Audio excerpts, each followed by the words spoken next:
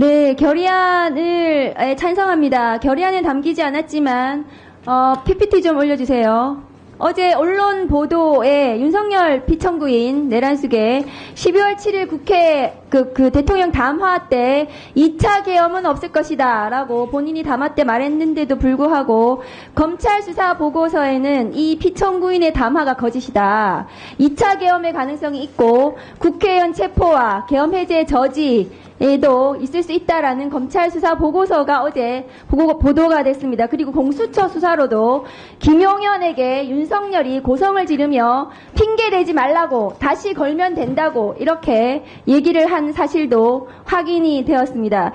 윤석열이 복귀를 하면 2차, 3차 계엄은 100%입니다. 잔인하고 사리 분별 능력이 매우 부족하기 때문입니다.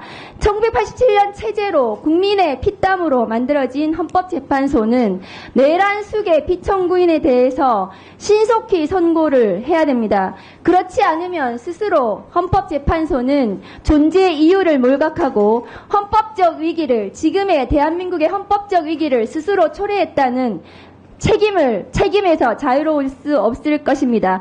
이 모든 것은 윤석열 때문입니다. 윤석열 때문에 판사와 검사가 그리고 헌법재판소마저도 법을 지키지 않기 시작했습니다. 법치주의가 붕괴되었고 헌법이 파괴되고 있습니다. 그런데 이런 윤석열 내란 수계를 풀어준 사람이 심우정 검찰총장입니다. 심우정 검찰총장은 지난 9월 인사청문회에서 인사청문회를 통과되지 못할 정도의 중대한 비위가 있었던 것이 지금 최근에 의혹으로 밝혀졌습니다. 올려주십시오. PPT 올려주세요. 심우정 검찰총장의 딸이 국립외교원 연구원 채용 관련해서 최종 합격자가 되었습니다. 그런데 이 심우정 검찰총장의 딸은 다음 거 보내주세요.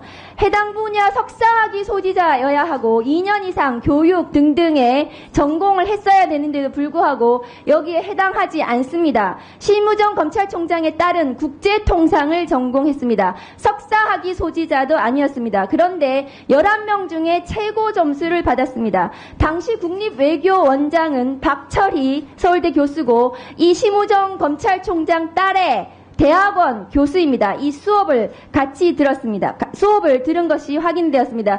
지난 9월 인사청문회 당시 심우정 검찰총장에 대해서 제가 제기한 문제점이 지금 또 드러난 것입니다. 다음 거 보여주세요.